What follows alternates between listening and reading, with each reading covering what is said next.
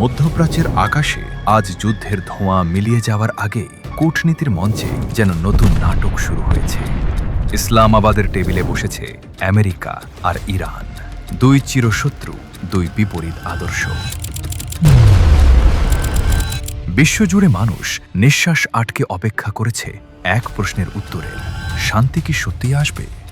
গণমাধ্যম, বিশ্লেষক, এমনকি আমাদের সাধারণ দর্শকও মনে করেছে একটি ঐতিহাসিক চুক্তি হয়তোবা হাতের নাগালে। কিন্তু যদি আমরা আবেগ সরিয়ে রেখে শুধু তথ্য, ইতিহাস আর ভূরাজনৈতিক বাস্তবতার দিকে তাকাই, তবে ছবিটা ছিল সম্পূর্ণ ভিন্ন। ৪০ দিনের রক্তক্ষয়ী যুদ্ধ, হাজারো মৃত্যু, হরমুজ প্রণালীর অবরোধ আর ২১ ঘন্টার ম্যারাথন আলোচনার পরেও যখন কোনো চুক্তি হলো না, তখন বোঝা যায় সমস্যাটি নিছক কূটনৈতিক নয়, বরং কাঠামোগত। আজ আমরা ধাপে ধাপে দেখব কেন এই দুই দেশের মধ্যে কাঙ্ক্ষিত শান্তি চুক্তি এত সহজে হওয়ার নয়।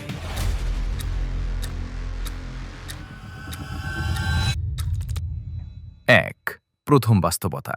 ২১ ঘন্টার আলোচনাও ব্যর্থ। প্রথমেই বর্তমান ঘটনার দিকে তাকানো যাক।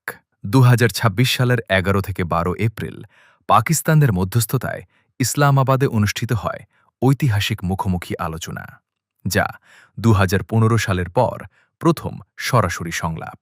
কিন্তু ২১ ঘন্টার আলোচনা শেষে দুই পক্ষই কোনো চুক্তি ছাড়াই ইসলামাবাদ ত্যাগ করে, যেখানে প্রধান অমীমাংসিত বিষয় ছিল ইরানের পারমাণবিক কর্মসূচি এবং হরমুজ প্রণালীর অবস্থান। ভাইস প্রেসিডেন্ট জেডি ভ্যান্স সংবাদ সম্মেলনে স্পষ্ট ভাষায় বলেন, দুঃসংবাদ হল আমরা কোনো চুক্তিতে পৌঁছাতে পারিনি, তারা আমাদের শর্ত মানতে চায়নি। এটি কোনো সাধারণ ব্যর্থতা নয়, এটি প্রমাণ করে যে দুই দেশের মৌলিক অবস্থান এতটাই বিপরীত যে ২১ ঘন্টা কেন ২২১ ঘন্টা আলোচনাতেও হয়তো সমাধান আসবে না। ২. পারমাণবিক প্রশ্ন। শান্তি চুক্তির পথে সবচেয়ে বড় বাধা পারমাণবিক সমৃদ্ধিকরণ। ভ্যান্সের ভাষায় মূল জটিলতা ছিল এই যে ইরানকে নিশ্চিতভাবে প্রতিশ্রুতি দিতে হবে তারা পারমাণবিক অস্ত্র বা তা দ্রুত তৈরির সরঞ্জামও সংগ্রহ করবে না।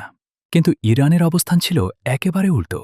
আমেরিকার মধ্যপ্রাচ্য দূত স্টিভ উইটকফ জানান, ইরান আলোচনার শুরুতেই ইউরেনিয়াম সমৃদ্ধকরণের অবিচ্ছেদ্য অধিকার দাবি করে এবং শূন্য সমৃদ্ধিকরণ প্রস্তাব প্রত্যাখ্যান করে। এমনকি দাবি করে তাদের ৬০% সমৃদ্ধ ৪৬০ কেজি ইউরেনিয়াম দিয়ে ১১টি পরমাণু বোমা তৈরি সম্ভব। একদিকে আমেরিকার শূন্য সমৃদ্ধিকরণ, অন্যদিকে ইরানের সার্বভৌম অধিকার। যেখানে মৌলিক শব্দচয়নে মিল নেই, সেখানে চুক্তির বিস্তারিত ধারা নিয়ে সমঝোতা কল্পনা মাত্র। ৩. পারস্পরিক অবিশ্বাসের ঐতিহাসিক ভার। ইরান আমেরিকাকে বিশ্বাস করবে কিভাবে?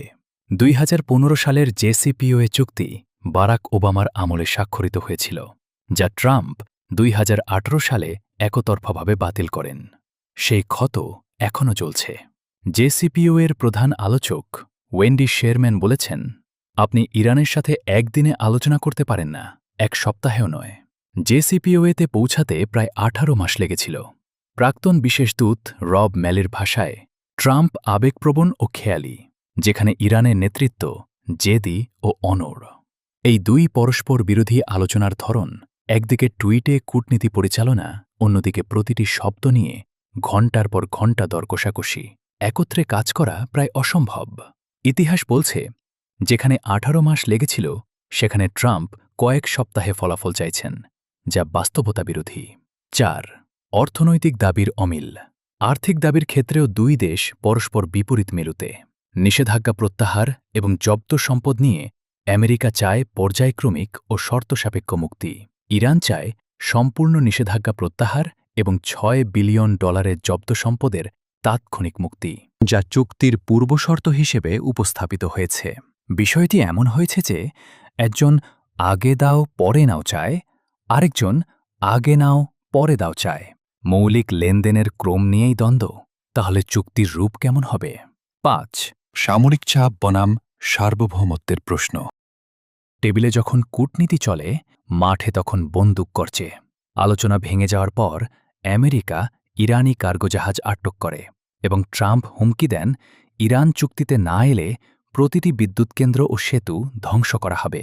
যখন ট্রাম্পই বলে বসে, আর ভালো মানুষ সাজা বন্ধ। এই হুমকির ভাষায় কূটনৈতিক সৌজন্য নেই, আছে আলটিমেটাম।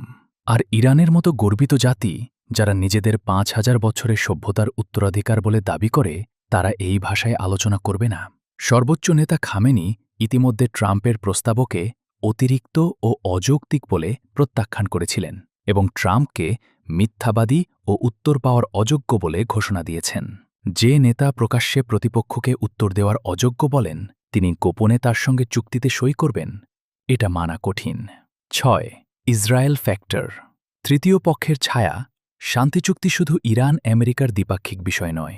ইসরায়েল ইরানের সাথে যুদ্ধবিরতি মেনে নিলেও হিজবুল্লাহ ও লেবাননে হামলা অব্যাহত রাখার ঘোষণা দিয়েছে, যা নেতানিয়াহু নিজেই নিশ্চিত করেছে।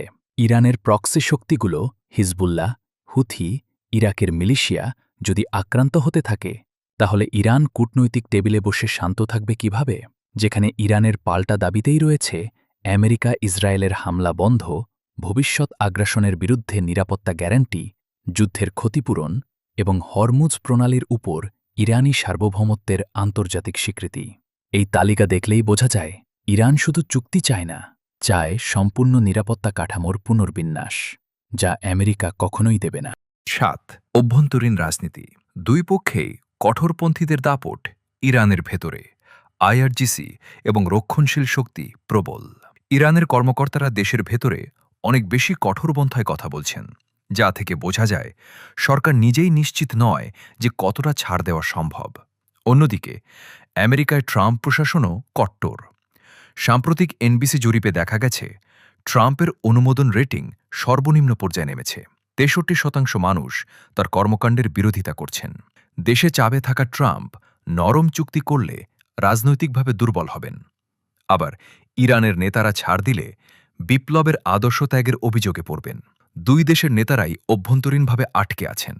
ফলে বাস্তবসম্মত চুক্তির রাজনৈতিক স্থান নেই। আসলে সব তথ্য, ইতিহাস ও বিশ্লেষণ একই দিকে নির্দেশ করছে।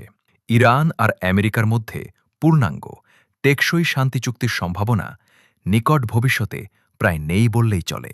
পারমাণবিক প্রশ্নে অনমনীয়তা, অর্থনৈতিক দাবির অমিল, সামরিক হুমকি, ইসরায়েল ফ্যাক্টর, পারস্পরিক অবিশ্বাস, দুই পক্ষের অভ্যন্তরীণ রাজনৈতিক চাপ, এই ৬টি স্তম্ভ একসঙ্গে এমন এক দেয়াল তৈরি করেছে যা ২১ ঘণ্টা কেন মাসের পর মাস আলোচনাতেও ভাঙবে না।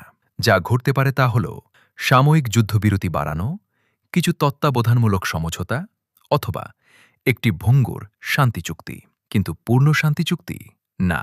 ইতিহাস সাক্ষী, জেসিপিও এর মতো একটি সীমিত চুক্তিতে পৌঁছাতেই লেগেছিল ১৮ মাস, আর সেই চুক্তিও ৩ বছরের মধ্যে ভেঙে গিয়েছিল। তাহলে ৪০ দিনের রক্তক্ষয়ী যুদ্ধ, সর্বোচ্চ নেতার হত্যা, ৩,৩৭৫ মানুষের মৃত্যু এবং অভূতপূর্ব অবিশ্বাসের এই পরিবেশে স্থায়ী শান্তি, এটি কূটনৈতিক স্বপ্ন, বাস্তবতা নয়। সত্য হল, এই আলোচনা চলবে, ক্যামেরার সামনে হাসি মুখে হাত মেলানো হবে, কিন্তু কাগজে সই করার মতো চুক্তি আপাতত দূরের গল্প। দর্শক, আপনারা কি মনে করেন, এই বিশ্লেষণের সাথে একমত, নাকি আপনার অন্য কোনো দৃষ্টিভঙ্গি আছে?